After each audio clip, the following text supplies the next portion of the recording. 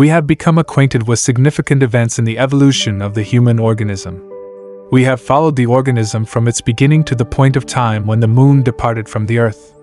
When we say, point of time, we are not speaking literally, for these events occupied long periods. From the first moment when the moon began to show signs of withdrawing, until its departure had been completely accomplished, long stretches of time passed and many things occurred in evolution. But we have observed man until about the departure of the moon. We have understood man's form which, as its lower part, approximately from the middle of the trunk to the height of the hips, manifested a configuration not entirely unlike his present shape. This body, although soft, could have been seen with modern eyes, whereas the upper parts were visible only to clairvoyant consciousness. We have already pointed out how something of man's nature at that time has been preserved by myth, religion, and art in the centaur. The various parts of the body, the members that gradually evolved into feet, shanks, knees, thighs, represent the animal forms of our earth at that time. These animal forms, however, remained stuck at certain stages of evolution, beyond which man was able to progress. Let us try to understand this thoroughly. In the earliest times, when the sun departed, no animal forms had yet appeared. After the sun had left, the highest form of animal was a type that stood at the level of our present fish. When we say that the human feet corresponded to this fish form, when we look at the feet in connection with fish, what does this mean? It means that the feet were the only part of man that was physically perceptible at the time when certain forms were left behind which swam about like fish in the water earth. The remaining parts were present only in a finer etheric form. What we have described as the chalice or blossom form, the light organ, was entirely etheric, an illuminated air form. Only the lowest part of man was able really to wade through the water earth like the fish that had remained behind. Thereafter there were higher animals, which are depicted in the image of the waterman, the man whose body was visible as high as the shanks. Man has been formed in such a way as to leave behind him, at every stage of his existence, certain animal forms, beyond which he slowly progressed. When the moon began to withdraw, man was so far along that he had given his lower half, his lower nature, a physical shape, whereas the upper half remained entirely pliable. Then, we see taking hold, from the moon, that influence of the moonlight which the Egyptians called Osiris, which can work upon man through the different aspects of the moon. We see how the most important formations of the upper body, i.e., the nerves that bring about the present upper body, are worked into man from the moon. The nerves, going out from the spine, formed the upper body. At first, through the tones that Osiris Apollo played on the human lyre, the mid-part, the hip region, comes into form. All that had to remain stuck at this point, beyond which man progressed, appears in later evolution in the forms of the amphibians. As long as the moon was connected with the earth, it more or less pushed man's evolution down. The fish form was still connected with the sun, which is the reason for the feeling that every healthy person today has toward fish. Think of the pleasure of seeing a beautiful glittering fish, a shining water animal, and then think of the antipathy one feels toward a frog, toad, or snake, although these stand higher than the fish. The forms of that time appear in their decadence as the present amphibians, but man once had such forms in his lower corporeality. As long as man had only a lower corporeality to the hips, he was a sort of dragon. It was only later, when the upper body assumed solid form, that by use of this he transformed the lower. We may say that the fish reflects the form that man possessed through the forces he received while the sun was still united with the earth. Until the sun departed, man stood at the level of the fish. Now the great beings, the leaders of evolution, departed as they shaped their sun, to reunite with the earth only at a much later time. One of the spirits, one who went out with the sun, the highest of the guiding sun spirits, was the Christ. We feel a deep reverence when we realize that up to this time man was united with this being who, as the noblest spirit, once departed from the earth with the sun. One felt that through the form of the fish one could characterize the time of the sun's departure from the earth, and also the forms given through the Christ himself. Earlier, man on earth was united with the sun, and as the latter departed he saw, preserved in the fish shape, the form that he owed to the sun's spirits. As he progressed further, the sun spirits were no longer with him.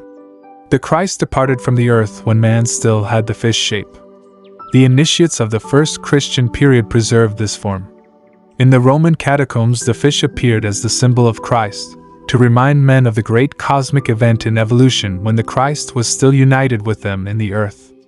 Man had progressed to the fish form when the sun split off, and the first Christians felt a reference to the man-Christ form in the fish symbol as something of great profundity. Such a significant sign, which we view as a symbol of an epoch of cosmic evolution, is far removed from the external explanations that are often given. The true symbols refer to higher spiritual realities. They did not merely mean something to the early Christians. Such a symbol is a picture of this or that which one can really see in the spiritual world, and no symbol is rightly interpreted unless one can point to what can be seen in the spiritual world in connection with it. All speculation is at most preparatory, and the expression, "it means," does not touch the point, for one first really understands the symbol when one shows how a spiritual fact is portrayed in it. Now let us proceed further with the evolution of humanity. Man took on the most diverse forms, and when he had developed upward to the hip level, he was at his ugliest in his physical form. The shape he then had is preserved in a decadent form in the snake. The time when man had reached the amphibian form, when the moon was still in the earth, is the time of shame and degeneracy in the evolution of mankind. Had the moon not then departed from the earth, the race of men would have succumbed to a horrible fate, failing increasingly into evil forms. Hence the feeling that the naive and unspoiled person has toward the snake, which retains the form that man had at his lowest point, is entirely justified. Precisely the unspoiled soul attitude, which does not assert that there is nothing ugly in nature, feels a revulsion before the snake, because it is the document of human shame. This is not meant in a moral sense, but points to the lowest stage in human evolution. Man had now to pass beyond this low point. He could do this only by abandoning the animal form and beginning to condense his spiritual upper part. We have seen that all the nobler parts could develop only through the intervention of the Isis and Osiris forces. In order for the Osiris forces to work in him, in order for the nobler part to develop, something important was necessary. Man's upper part had to find the possibility of bringing the spine out of the horizontal into the vertical. All this occurred through the influence of Isis and Osiris. Man was led from stage to stage by sun and moon, which kept themselves in balance. When half of man had become physical, sun and moon were in balance. Therefore the hip region is designated as the balance. At that time the sun was in the sign of the balance. Now we must not imagine, and this must be emphasized, that after the sun had stood in the sign of the scorpion, and then in the sign of the balance, the hips immediately developed. This would show the tempo of evolution as proceeding much too rapidly. The sun travels through the whole zodiac in a period of 25,920 years. At one time the sun rose in spring in the ram, earlier in the sign of the bull. The vernal point was always moving, going through the sign of the bull, and so on. About 747 BC the sun again entered into the ram. In our time it rises in the sign of the fish.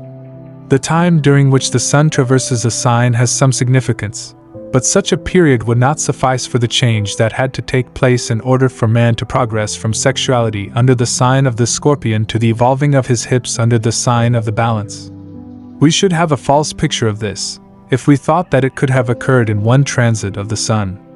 The sun goes once through the zodiac, and only after this complete circuit does the forward step occur. In earlier times it had to make the transit oftener before the forward step could take place.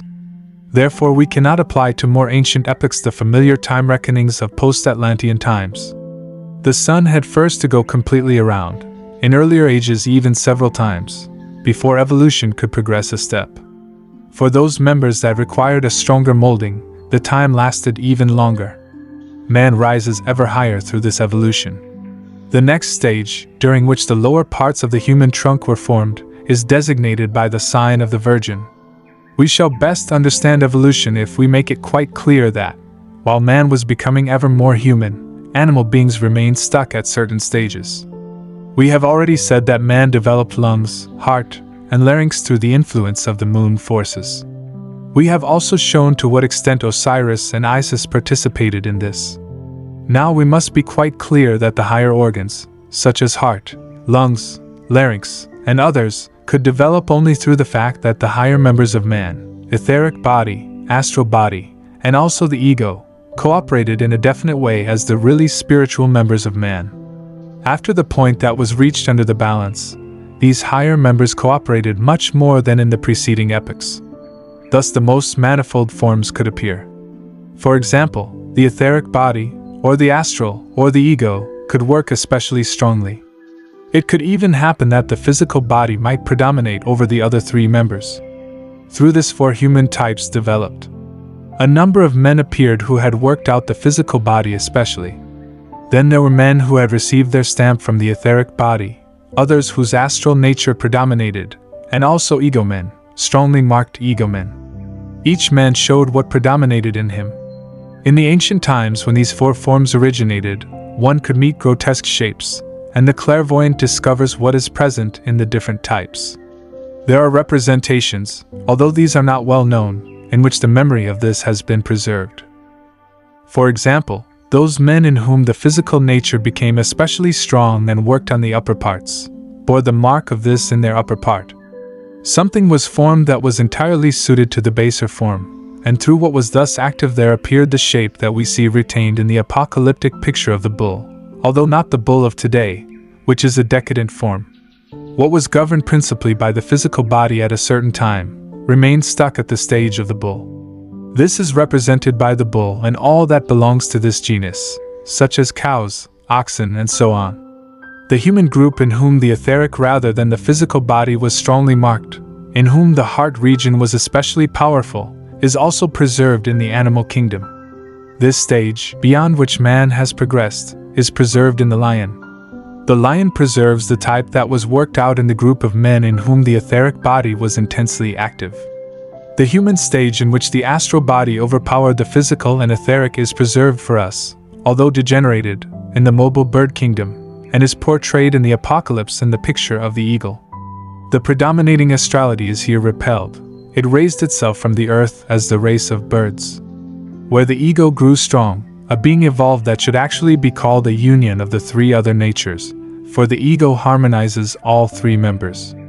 In this group the clairvoyant actually has before him what has been preserved in the Sphinx, for the Sphinx has the lion body, the ego wings, something of the bull form, and in the oldest portrayals there was even a reptilian tail, pointing to the ancient reptile form, and then at the front there is the human face, which harmonizes the other parts.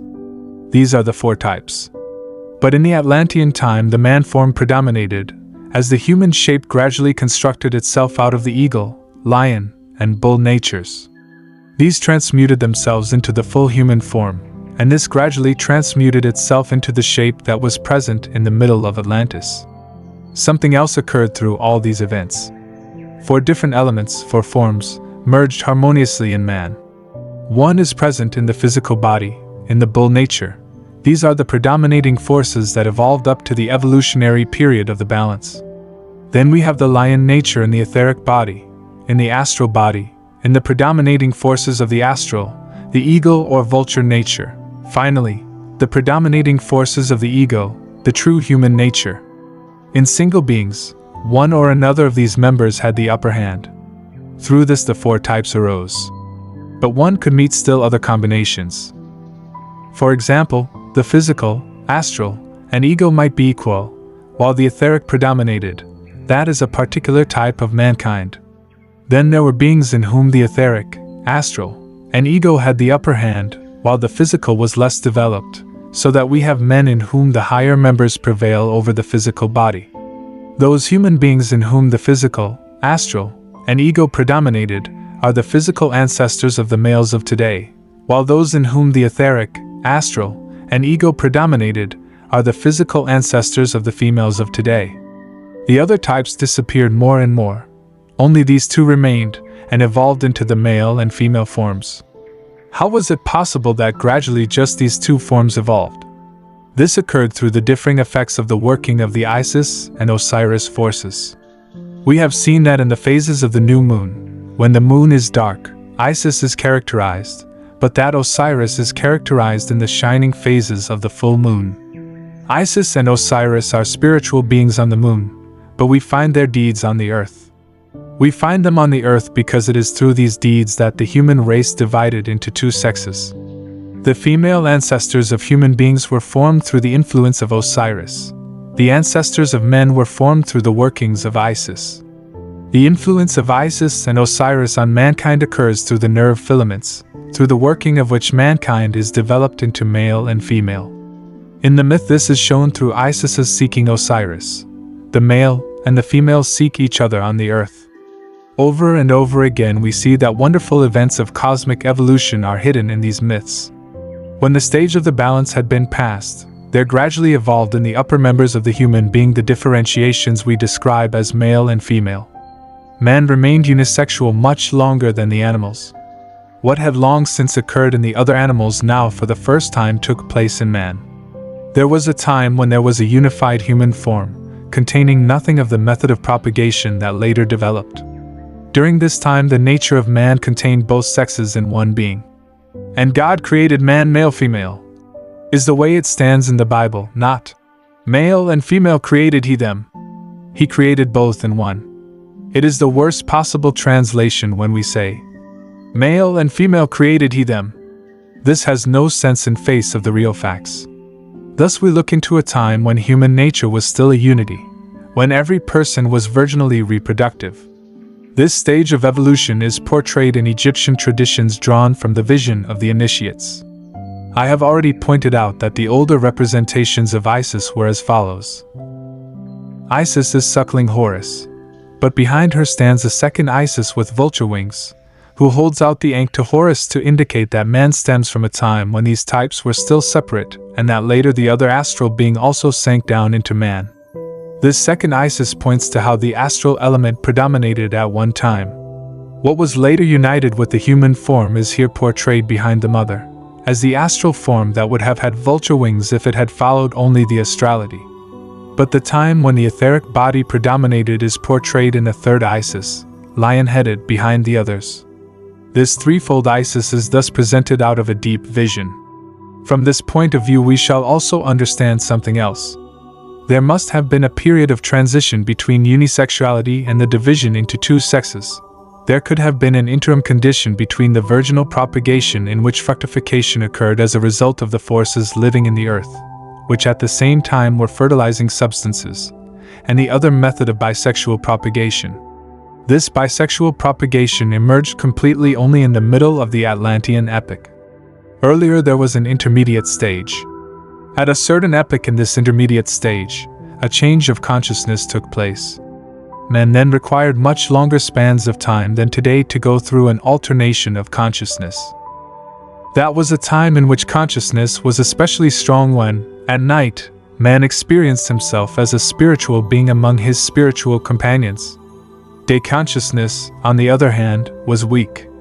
This condition of consciousness changed in another period, when man's consciousness while in the physical body became strong, while his soul life became weaker upon leaving the physical plane at night. Now there were times in human evolution in which we must recognize a transitional stage. Man's consciousness for the physical world was still damped down, and it was in this damped down state that fructification occurred.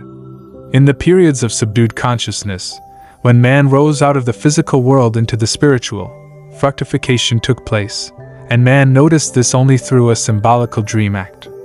In tender, noble fashion he felt that fertilization had occurred in his sleep, and in his consciousness there was only a delicate and wonderful dream. For example, that he threw a stone, that the stone fell into the earth, and that a flower rose out of the earth. It is of special interest that in this time we have also to take into account those who had achieved this stage earlier. When we say that certain beings remained at the bull stage, others at the lion, others at the eagle, and so on, what does this mean? It means that if these beings had been able to wait, if they could have developed their full love for the physical world only at a much later time, they would have become human beings. If the lion had not willed to enter into the earthly sphere too early, it would have become a man. The same is true of the other animals that had split off up till then. Let us repeat it in this way. All that was human at the time when the lion formed itself said either, No, I will not yet take up the lower substances. I will not go down into physical humanity. Or, I will go down. I wish what has evolved to come into existence. Thus we must think of two beings. The one remains above in the etheric realm of the air and only in its earthly parts reaches down to earth, while the other strives to descend completely to the earth. The latter might become a lion, the former became a man. Just as the animals remained fixed at a certain stage, so now certain men remained fixed. It was not the best men who became human too early. The better ones were able to wait. They remained for a long time without descending to the earth, and they're carrying out the act of fructification consciously.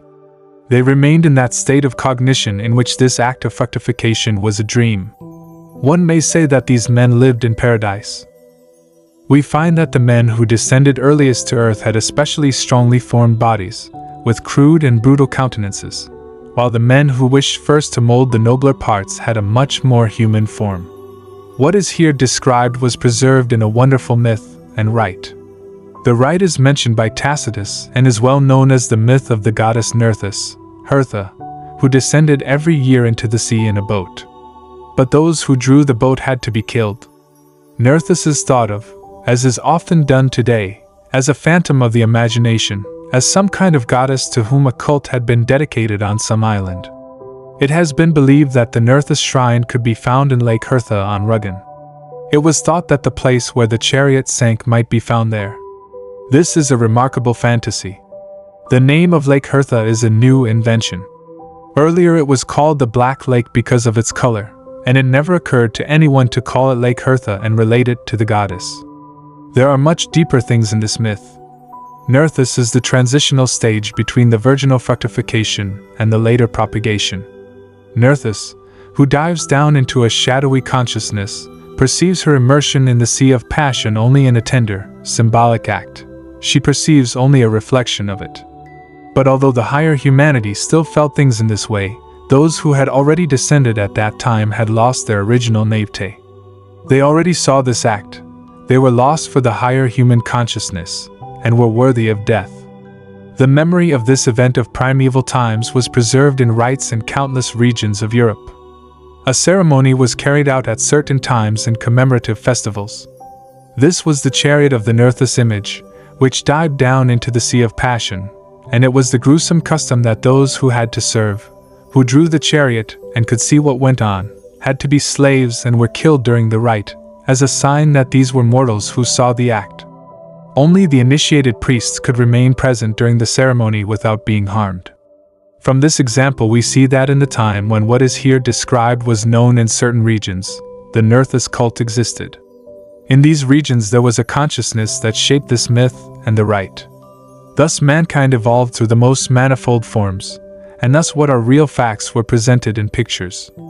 It has already been said that such pictures should not be regarded as allegories, that their content has a relation to the real facts. Such pictures arose like dreams. So the Osiris myth also was dreamed before the pupil could actually see the facts of human evolution, and only what prepares the way for real seeing is a symbol in the occult sense. A symbol is a description of real events in pictures. In the next lecture we shall discuss the effect of these descriptions.